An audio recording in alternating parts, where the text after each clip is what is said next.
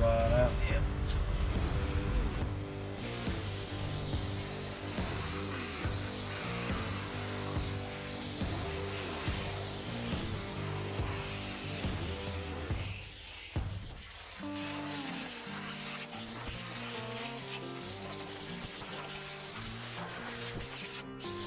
Yep.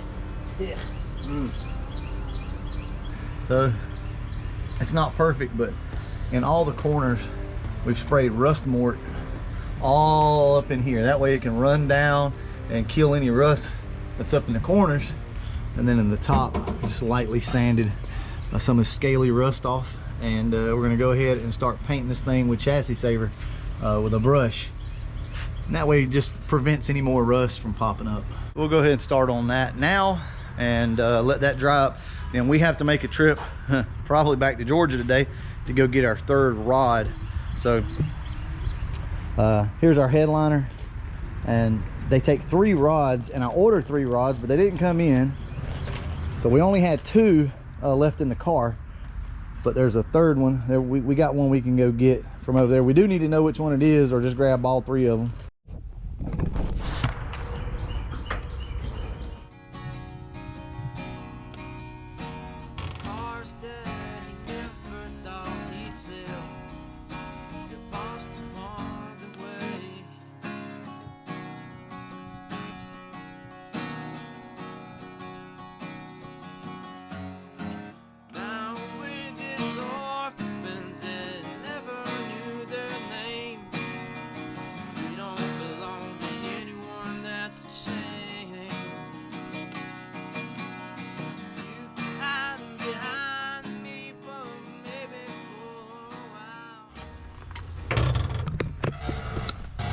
All right, well, that's what it's gonna look like once we're all done. This chassis saver is really good about stopping rust.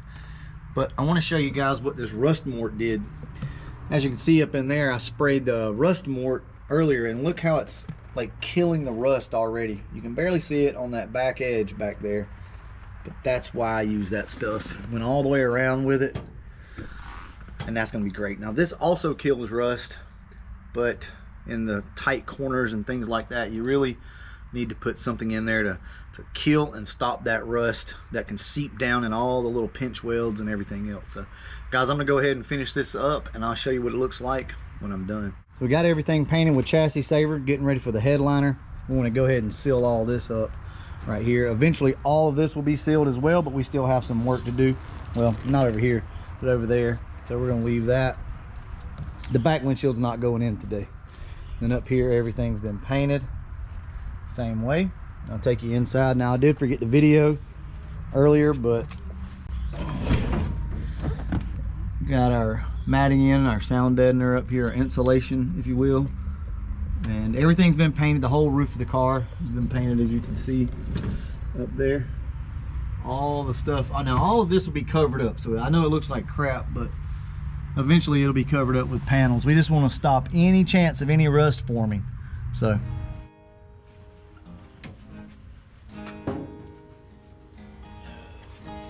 white lips, pale face, breathing in snowflakes, sprung lungs, sour taste.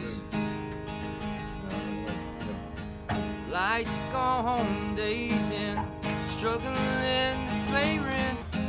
Long nights, strange men.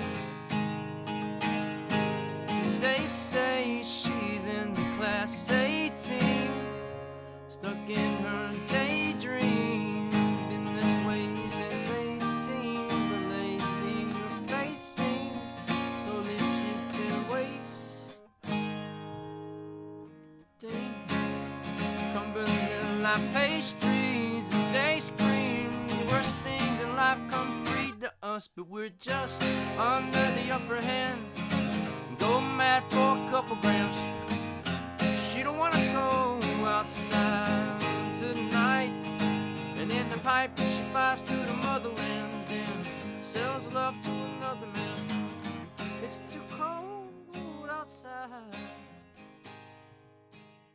All right, so what we're doing here is just trimming up some of this weather stripping or whatever they call it. I forgot what the name of it actually is, but it goes around your door. And got this tip online. So just cut little pieces of it off and you use them as clamps. Then you can start pulling everything tight. So I'm not going to show you the whole process here, guys, but as you can see, it's already starting to kind of come together. And all you do is you just pull, and you can see how these wrinkles immediately, look at that, start to come out. So we don't want to pull it too tight because it's actually fairly easy to pull, but we're gonna go ahead and work on this, and I'll probably just show you the finished product once we're done.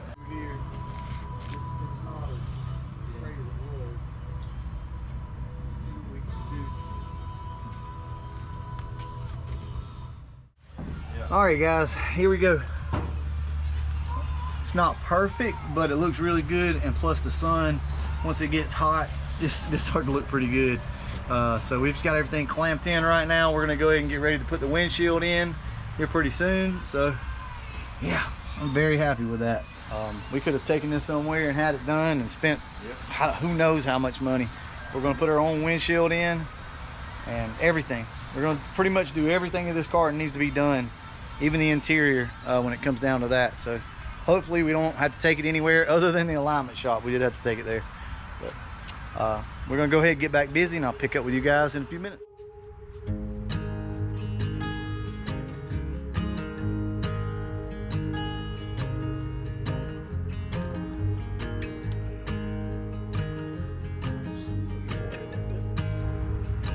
Which way you going, this way or the other way?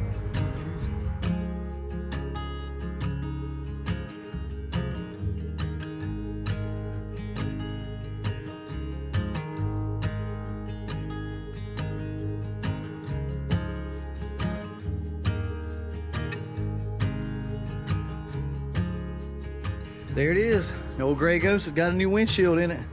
Sealed up. Yep. Nice.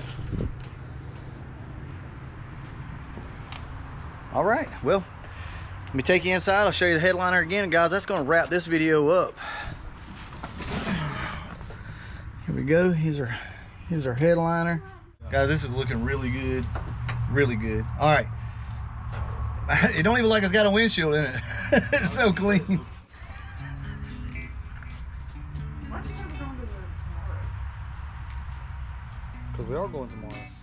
All right, so I would call that a successful day. We got the windshield in the 65, we got the headliner in this thing, and it's starting to come along really nicely. So the next day, it was time to go to Moultrie.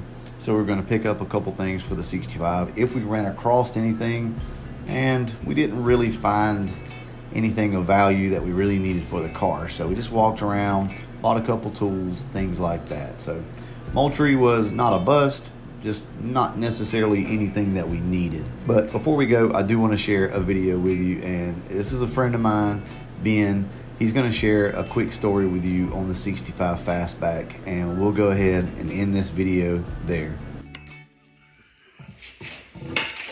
Greetings everyone, this is Jello5011 here today, and I want to give you guys my Gray Ghost story. So I'm going to take you back in time to 1995. Brutal and I were in summer school. That showed you even back then we weren't that smart, we were still just car guys. So the Gray Ghost was our means of transportation to school. One of the cool things about it, to us then, probably not so much to people now, was it didn't have a passenger seat. I don't know if he's told y'all that. I sat on a milk crate, and like he said before, there were holes in the floor pan. So, you know, man, we were trying to smoke and be cool and stuff. So you could smoke your cigarette and throw it down in the floor pan, you know, like throw it through the floor onto the street. Like you didn't have to throw it out the window or anything. And at 15, I really thought I thought it was cool. But so after school one day, we decided to race one of the locals, and we didn't think about this. Like it wasn't a chip on our shoulder or notch in our belt or anything. We thought it was cool. But I remember going out there and the clutch slipped so bad that he couldn't take off hard. So the guy took off, and we had to ease out. But when we got in second gear, man, we just roared by the guy and went to third, and we're gone. And when we got back around, these older guys were sitting there, and they were looking at the car and all, and they were like, you know, said the car had 2 different size tires on the rear. And it did. Like I said, we didn't think like, well, we shouldn't go out there. The tires don't match or anything. No, we just went. You know, I mean, whatever happened was going to happen. And we weren't really that stupid. We had learned that, honestly, man, it was a little faster than probably he gives it credit for. You know, if you went out there with a stock Fox body, you're going to get blistered. If you went out there with one and just a couple little bolt-ons, man, you know, you didn't have any heads, you didn't have something to really give it some pep, you know, you were going to get blistered. So don't let that guy play it down. He does that a lot. He plays stuff down, man, to be humble. But that's my Grey Ghost story. Love the car.